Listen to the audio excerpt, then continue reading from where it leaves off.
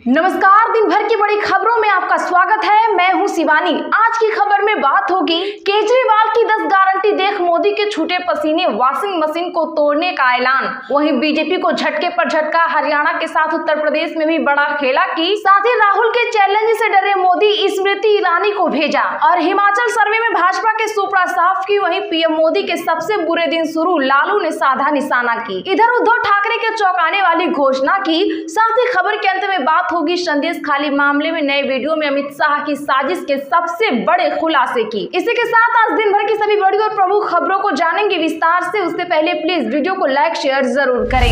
केजरीवाल ने किया 10 गारंटियों का ऐलान, चीन का 2 बार किया जिक्र, बोले बीजेपी की वॉशिंग मशीन को चौराहे पर रखकर तोड़ेंगे। कांग्रेस का बड़ा दावा, हरियाणा की भाजपा सरकार अल्पमत में, गवर्नर को 45 विधायकों की सूची दी। खट्टर बोले जजपा के 6 बागी विधायक एमएलए हमारे साथ। सपा ने मिर्जापुर से बीजेपी सांसद को उतारा, भदोही सांसद रमेश बिंद का भाजपा से टिकट काटा था, अब मंत्री अनुप्रिया पटेल के खिलाफ लड़ेंगे चुनाव। उद्धव बोले फिर से मोदी सरकार बनी तो काले दिन आएंगे, भाजपा हारी तो लोकतंत्र आगे बढ़ेगा। पीएम के रोड शो पर तेज प्रताप बोले बिहार लालू का है, आरजेडी सुप्रीमो और तेजस्वी ने कहा ई बिहार है, सड़क पर ला ही दिया पीएम को। संदेश खाली मामले में महिलाओं को विरोध प्रदर्शन में हिस्सा लेने के लिए पैसे मिले, नए वीडियो में हुआ बड़ा खुलासा। पूर्व सांसद कैलाश सैनी ने बीजेपी छोड़ थामा कांग्रेस का हाथ, पार्टी पर लगाए गंभीर आरोप। नामांकन रद्द होने के 22 दिनों बाद सामने आए कुंभाड़ी, कहा कांग्रेस ने 7 साल पहले मेरे साथ गद्दारी की थी, उसी का बदला लिया। हरियाणा में मायावती बोली आसानी से सत्ता में नहीं आएगी बीजेपी, कहा इन्होंने पूंजीपतियों जातिवाद की राजनीति की। हवा का रुख, हिमाचल प्रदेश में बीजेपी की क्लीन स्वीप की हैट्रिक टफ, विधायकों की तोड़फोड़ से भाजपा को बड़ा नुकसान, पब्लिक सेंटीमेंट्स कांग्रेस के हक में। केजरीवाल का बड़ा बयान, बोले मोदी अपने उत्तराधिकारी का नाम बताएं या कहें कि रिटायरमेंट का नियम उन पर लागू नहीं होगा, ये सिर्फ आडवाणी के लिए था।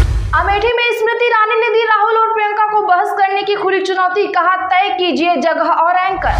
पूर्व सीएम सोरेन के ईडी की गिरफ्तारी के खिलाफ याचिका, 13 मई को सुप्रीम कोर्ट करेगा सुनवाई। 10 राज्यों की 96 सीटों पर वोटिंग होगी कल, 5 केंद्रीय मंत्री, 2 पूर्व क्रिकेटर मैदान में। 5700 करोड़ की संपत्ति वाला सबसे अमीर प्रत्याशी भी। गिरिराज ने बुर्का पहनकर वोट करने पर उठाए सवाल, बोले पोलिंग एजेंट पहचान के लिए नकाब हटाने को कहे तो धार्मिक कट्टरता से नहीं जोड़ना चाहिए। उड़ीसा में भाजपा को सीएम उम्मीदवार घोषित करने की चुनौती, वीके पांडियन बोले चेहरा चुनते ही घटेंगे 10% वोट। वह अपने बारे में इतना ज्यादा ही बोल डालते हैं कि कुछ कहने को ही नहीं बचता, कंगना पर विक्रमादित्य सिंह का तंज। कांग्रेस नेता आलमगीर आलम को ईडी ने भेजा समन, पूछताछ के लिए बुलाया। चुनाव से ठीक पहले ममता बनर्जी को तगड़ा झटका, टीएमसी प्रत्याशी मुकुट मणि की पत्नी बीजेपी में हुई शामिल। सपा के बागी विधायक मनोज पांडे के घर पहुंचे गृह मंत्री अमित शाह, बंद कमरे में दोनों नेताओं के बीच, जानिए क्या हुई बातचीत। पीओके में महंगाई के खिलाफ जबरदस्त प्रदर्शन, पुलिस को पीटा, एक चल बसा, 100 घायल, राष्ट्रपति जरदारी ने इमरजेंसी में बुलाई मीटिंग। चलिए अब जानते हैं बड़ी और प्रमुख खबरों को विस्तार से। उससे पहले वीडियो को लाइक जरूर करें। केजरीवाल ने किया 10 गारंटियों का ऐलान, चीन का 2 बार किया जिक्र, बोले बीजेपी की वॉशिंग मशीन को चौराहे पर रखकर तोड़ेंगे। जी हां, बता दें कि दिल्ली के मुख्यमंत्री अरविंद केजरीवाल ने दिल्ली और पंजाब में होने वाले मतदान से पहले 10 गारंटियों का ऐलान किया है। उन्होंने कहा कि गिरफ्तारी की वजह से गारंटियों के ऐलान में थोड़ी देरी हुई है। उन्होंने कहा कि इंडिया गठबंधन के साथियों के साथ इन गारंटियों पर चर्चा नहीं हुई है, लेकिन जिस किस्म की गारंटी हम दे रहे हैं उससे किसी को कोई कभी भी परेशानी नहीं होगी। उन्होंने यहाँ तक कहा कि इन 10 गारंटियों पर युद्ध स्तर पर काम किया जाएगा, लोगों को यह फैसला लेना पड़ेगा कि वो केजरीवाल की गारंटी चुनेंगे या मोदी की गारंटी। तो ये है 10 गारंटियां, देश भर में 24 घंटे मुफ्त बिजली, मुफ्त और अच्छी शिक्षा, बेहतर स्वास्थ्य की गारंटी, हर गांव हर मोहल्ले में मोहल्ला क्लिनिक खोलेंगे, राष्ट्र सर्वोपरि चीन से जमीन छुड़वाएंगे, सेना को पूरी स्वतंत्रता देंगे। वहीं अग्निवीर योजना बंद की जाएगी, कच्ची नौकरी बंद की जाएगी, किसानों को एमएसपी की गारंटी, दिल्ली को पूर्ण राज्य का दर्जा दिलवाया जाएगा, 1 साल में 2 करोड़ रोजगार का इंतजाम किया जाएगा, बीजेपी की वॉशिंग मशीन को चौराहे पर रखकर तोड़ा जाएगा, भ्रष्टाचार से निजात दिलाएंगे, साथ ही जीएसटी को आसान किया जाएगा, पीएमएलए से बाहर किया जाएगा। हमारा टारगेट चीन को पीछे छोड़ना है। वैसे आपको किसकी गारंटी पसंद है, कमेंट जरूर करिएगा। कांग्रेस का दावा, हरियाणा की भाजपा सरकार अल्पमत में, ने गवर्नर को 45 विधायकों की सूची दी। खट्टर बोले जजपा के 6 बागी विधायक हमारे साथ। दरअसल बता दें कि हरियाणा में 3 निर्दलीय विधायकों के भाजपा सरकार से समर्थन वापस लेने के बाद कांग्रेस नायब सैनी की सरकार के अल्पमत में होने का दावा कर रही है। कांग्रेस विधायक और चीफ व्हिप भारत भूषण बत्रा ने बताया कि विपक्षी दलों के 45 विधायकों के लेटर गवर्नर बंडारू दत्तात्रेय तक पहुंच चुके हैं। गवर्नर को भेजे गए लेटर में दावा किया गया है कि कांग्रेस के 30, जननायक जनता पार्टी के 10, निर्दलीय 4, इंडियन नेशनल लोक दल के 1 विधायक फ्लोर टेस्ट की मांग कर चुके हैं। 90 सीटों वाली हरियाणा की विधानसभा में अभी 88 विधायक हैं, इसलिए बहुमत का आंकड़ा 45 ही है। सपा ने मिर्जापुर से बीजेपी सांसद को उतारा। भदोही सांसद रमेश बिंद का भाजपा ने काटा था टिकट। जी हां, बता दें कि सपा ने मिर्जापुर और रॉबर्ट्सगंज से प्रत्याशियों का ऐलान कर दिया है। मिर्जापुर से भाजपा सांसद रमेश बिंद को टिकट दिया गया है। वह भदोही से सांसद हैं। बता दें कि इस बार पार्टी ने उनका टिकट काट दिया था। सपा ने पहले मिर्जापुर से राजेंद्र एस बिंद को टिकट दिया था। अब मिर्जापुर में रमेश बिंद का मुकाबला केंद्रीय राज्य मंत्री अनुप्रिया पटेल से होगा। रॉबर्ट्सगंज से सपा ने छोटेलाल खरकोवार को टिकट दिया है, जबकि भाजपा ने यहां से रिंकी कौल को उतारा है।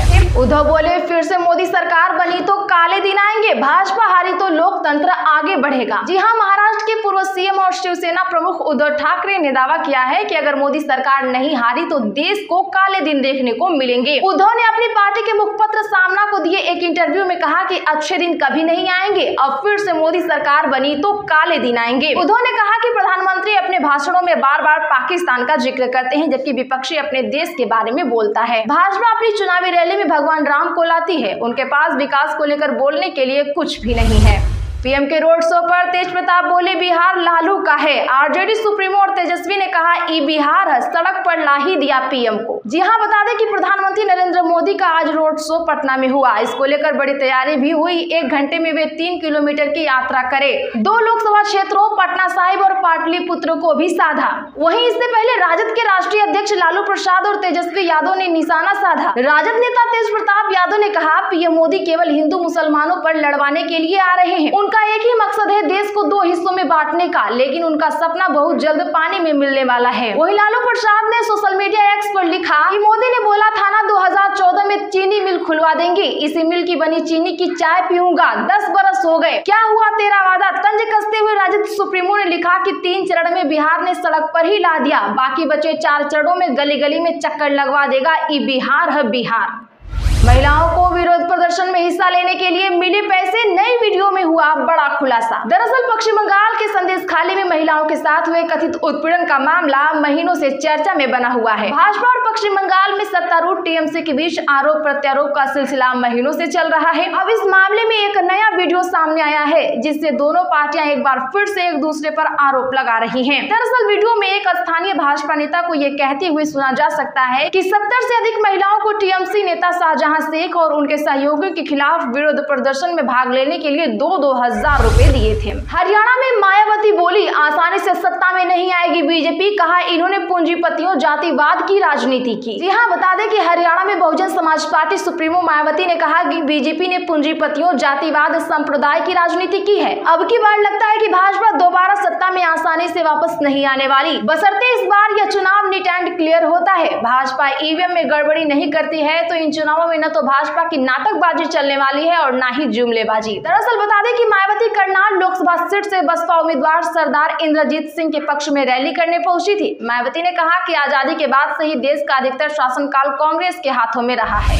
हिमाचल प्रदेश में बीजेपी की क्लीन स्वीप की हैट्रिक टफ, विधायकों की तोड़फोड़ से भाजपा को हुआ नुकसान, पब्लिक सेंटीमेंट्स कांग्रेस के हक में। जी हां, मैदानी राज्यों के मुकाबले हिमाचल प्रदेश में मौसम अभी कुछ ठंडा है, लेकिन मई के दूसरे हफ्ते में लोकसभा चुनाव के लिए नॉमिनेशन की प्रक्रिया पूरी होते होते यहाँ सियासी पारा चढ़ना शुरू हो गया है। वर्ष 2014 और 2019 की मोदी लहर में हिमाचल प्रदेश की 4 सीटें जीतने वाली बीजेपी का इस बार भी क्लीन स्वीप कर हैट्रिक लगाने का दावा कर रही है। हिमाचल के लोग साफ सुथरी राजनीति में विश्वास रखते हैं। पिछले कुछ दिनों के दौरान प्रदेश में जो सियासी उठापटक देखने को मिल रही है, इससे यहाँ के मतदाता खासे नाखुश हैं। राज्यसभा की एक सीट के लिए पोलिंग 6 कांग्रेसी विधायकों ने पहले बीजेपी कैंडिडेट हर्ष महाजन के पक्ष में क्रॉस वोटिंग कर दी। वह यही नहीं थमे, बल्कि पार्टी विहिप के बावजूद विधानसभा में बजट पास करते समय सदन से गायब हो गए। अब इन सब से जनता काफी नाखुश दिख रही है। अमेठी में स्मृति ईरानी ने राहुल गांधी और प्रियंका गांधी को बहस करने की दी खुली चुनौती, कहा तय कीजिए जगह और एंकर। जी हां, बता दें कि अमेठी से चुनाव लड़ रही स्मृति ईरानी ने राहुल और प्रियंका को बहस करने की खुली चुनौती दी है। मालूम हो कि राहुल गांधी ने एक सवाल के जवाब में कहा था कि वह मोदी से बहस कर सकते हैं, लेकिन मोदी उनसे बहस नहीं करेंगे। अब इस पर स्मृति ईरानी ने पलटवार किया है। स्मृति ईरानी ने राहुल और प्रियंका गांधी को चुनौती दी है। उन्होंने कहा कि कांग्रेस खुद मुद्दों से भाग रही है। सांसद स्मृति ईरानी ने प्रियंका गांधी के बयान पर जवाब देते हुए चुनौती दी और कहा कि मेरी आज इन सबको खुली चुनौती है। आप अपना चैनल पिक करिए, एंकर चुनिए, मुद्दा चुनिए, स्थल चुनिए, तारीख चुनिए। दोनों भाई बहन एक तरफ और भाजपा के एक प्रवक्ता एक तरफ, दूध का दूध पानी का पानी वही हो जाएगा। 10 राज्यों की 96 सीटों पर वोटिंग कल। 5 केंद्रीय मंत्री, 2 पूर्व क्रिकेटर मैदान में। 5700 करोड़ की संपत्ति वाला सबसे अमीर प्रत्याशी भी उतरा मैदान में। जी हां, 2024 लोकसभा चुनाव के चौथे फेज में सोमवार को 10 राज्यों और केंद्र शासित प्रदेशों की 96 सीटों पर वोटिंग होगी। 2019 में इन सीटों पर सबसे ज्यादा भाजपा ने 42, वाईएसआर कांग्रेस ने 22, बीआरएस ने 9 और कांग्रेस ने 6 सीटें जीती थी। अन्य को 17 सीटें मिली थी। इस फेज में देश के 2 सबसे अमीर प्रत्याशी मैदान में है। आंध्र प्रदेश के गुंटूर से टीडीपी प्रत्याशी के पास 5705 करोड़ रुपए और तेलंगाना की चेवेल्लल सीट से भाजपा प्रत्याशी के पास 4568 करोड़ रुपए की संपत्ति है। तो आज के लिए बस इतना ही। रोज के ऐसे ही ताजा और बड़ी खबरों के लिए एसपी लाइव को भी सब्सक्राइब करें, बगल में घंटे के निशान को जरूर दबा ले। वीडियो को लाइक शेयर कर हमारा सपोर्ट जरूर करें।